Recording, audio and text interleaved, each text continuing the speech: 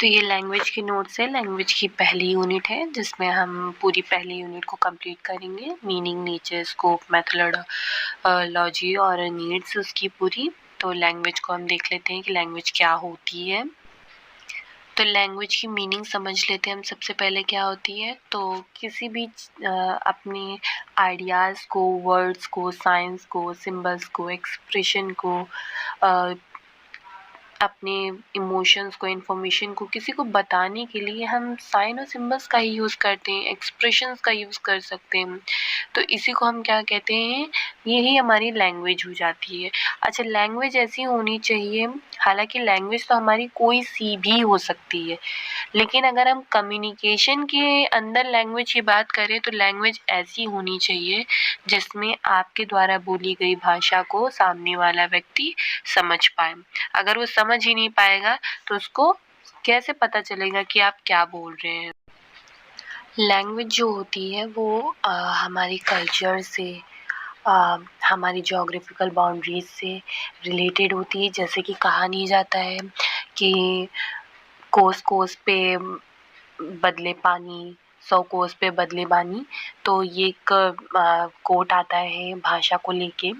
और जो लैंग्वेज होती है वो कम्युनिकेशन के लिए बहुत इम्पॉर्टेंट होती है, हमें कम्युनिकेशन में बहुत हेल्प करती है।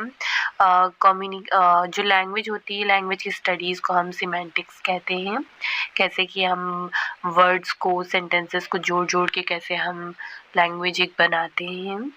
जब भी हमें लैंग्वेज को एक फॉर्म करना होता है, उसकी मीनिंग अगर हम देखें लैंग्वेज की, तो उससे अगर जब भी हम कोई एक लैंग्वेज को बनाते हैं तो उसमें हम छोटे से छोटे शब्द, यानी कि सबसे पहले हम अल्फ़ाबेट्स को यूज़ करते हैं, फिर अल्फ़ाबेट से हम वर्ड्स बनाते हैं, सेंटेंस बनाते हैं, एक पैराग्राफ बनाते हैं, एक स्टोरी बनाते हैं, एक लैंग्वेज बनाते हैं। उसी को हम सिमेंटिक कहते हैं, लैंग्वेज की स्टडी को करना। और इसे हम कैसे एक्सप्लोर करते हैं ज़्यादा से ज़्यादा लोगों के बीच में। और लैंग्वेज जो होती है वो डायनामिक होती है। जितना ज़्यादा हम लोगों से अट्रैक्ट होंगे, जितना इंटरेक्शन करेंगे, उसके लिए हमें लैंग्वेज की ज़रूरत होती है। विदाउट जैसे आदिमानव को देखा है हम लोगों ने, देखा नहीं वैसे, बुक्स वगैरह में पढ़ा है, तो उनकी एक खुद की लैंग्वेज अजीब सी होती है, वो लैंग्वेज हम नहीं समझ पाते हैं। तो वैसे ही अगर हम नेक्स्ट देखें तो लैंग्वेज जो होती है वो हमेशा डिपेंडेंट रहती है, हमेशा परिवर्तनशील रहती है, कभी भी चेंज हो सकती है।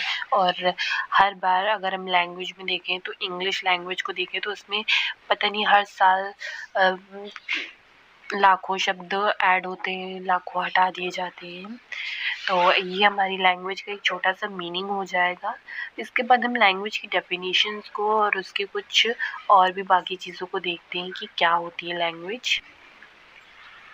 ऐसे ही हमारी लैंग्वेज जो होती है उसकी डेफिनेशन ये कैसे हम रिटन, ओरल, साइन सिंबल का यूज़ करते हैं कम्युनिकेशन करने के लिए ह्यूमन से।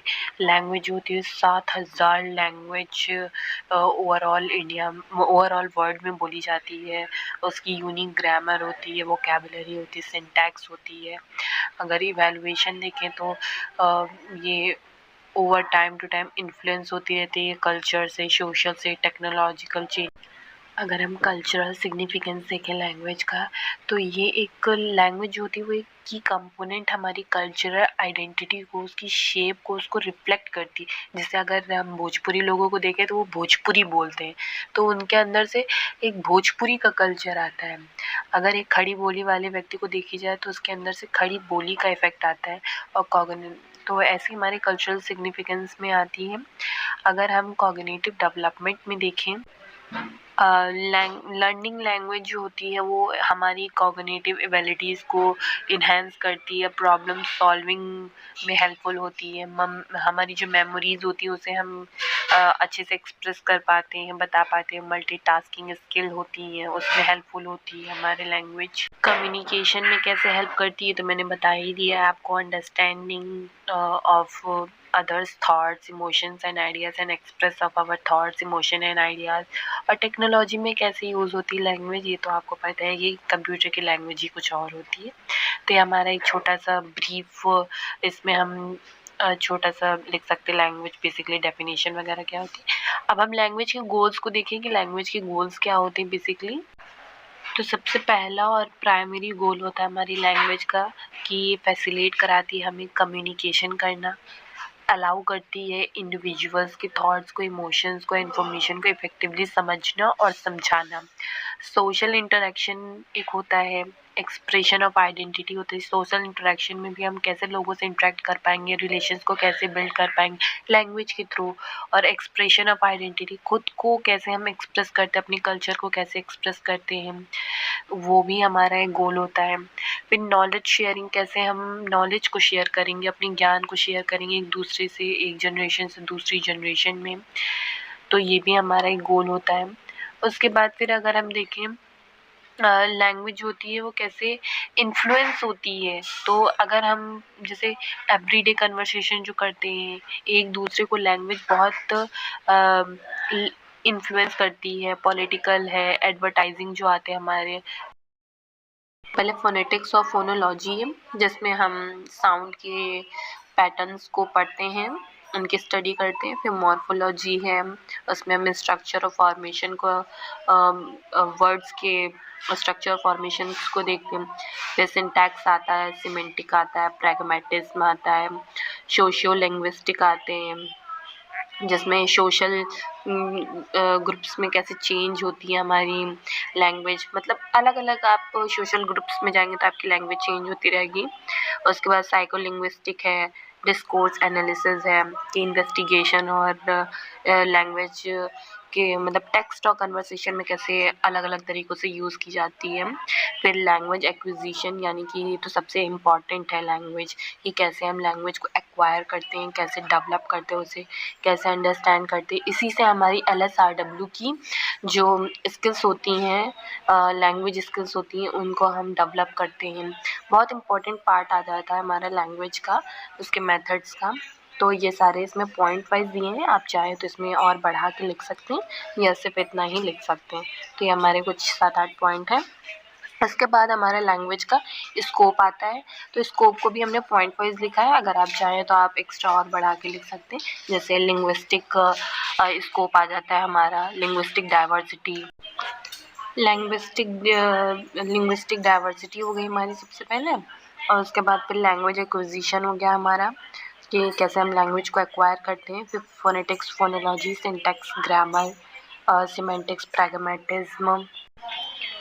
उसके बाद सोशियो लिंग्विस्टिक आ जाएगा, साइको लिंग्विस्टिक आ जाएगा, लैंग्वेज एंड कल्चर आ जाएगा, लैंग्वेज एंड टेक्नोलॉजी आ जाएगा, बाईलिंगुअलिज्म और मल्टीलिंगुअलिज्म आ जाएंगे। तो ये कुछ पॉइंट्स हमारे स्कोप में, इसके अंदर आप लिख भी सकते हैं, ऐसे फ्लो चार्ट के थ्रू बना सकते हैं जिससे कि आपका पूरा एक क्वेश्चन कंप्लीट हो जाए। और उसके बाद हमारे नीड्स आते हैं लैंग्वेज के, कि नीड्स कौन कौन से होते हैं, तो मैंने यहाँ पे 4 दिए हैं, आप और भी लिख सकते हैं।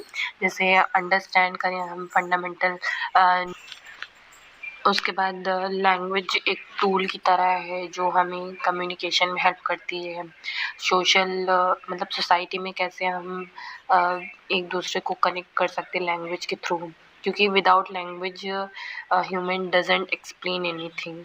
उसके बाद फिर इसेंशियल फंक्शन एक लैंग्वेज हमारी सोसाइटी में, लैंग्वेज जो है वो एक ब्रिज का काम करती है हमारी कल्चर और कम्युनिटी के बीच में। फिर हमारा एक कंक्लूजन आ जाता है कि कंक्लूजन में हमारा ये आ जाएगा कि थोड़ा सा हम सबका थोड़ा थोड़ा पार्ट लिख देंगे, स्कोप और नीड और मीनिंग का, कि लैंग्वेज होती है एक डायनेमिक टूल होती है हमारे लिए, मतलब हमेशा बदलती रहती है और एक कल्चर के फॉर्म में होती है। सोसाइटी में कैसे हमें रहना है ये सिखाती है लैंग्वेज हमें, एक इम्पॉर्टेंट हिस्सा है। तो ये लैंग्वेज की पूरी एक होल यूनिट हमारी यहीं कंप्लीट हो जाती है। तो यहीं पे हमारे लैंग्वेज के नोट्स कंप्लीट हो जाते हैं फर्स्ट यूनिट के। तो आई होप आपको ये वीडियो अच्छी लगी होगी। अगर वीडियो अच्छी लगी होगी तो प्लीज़ हमारे चैनल को लाइक करें, शेयर करें, सब्सक्राइब करें। ये चैनल अभी न्यू है तो आप लोग के सपोर्ट की आवश्यकता है, इसलिए आप लोग इस चैनल को ज़्यादा से ज़्यादा लोगों से शेयर करें। Thank you.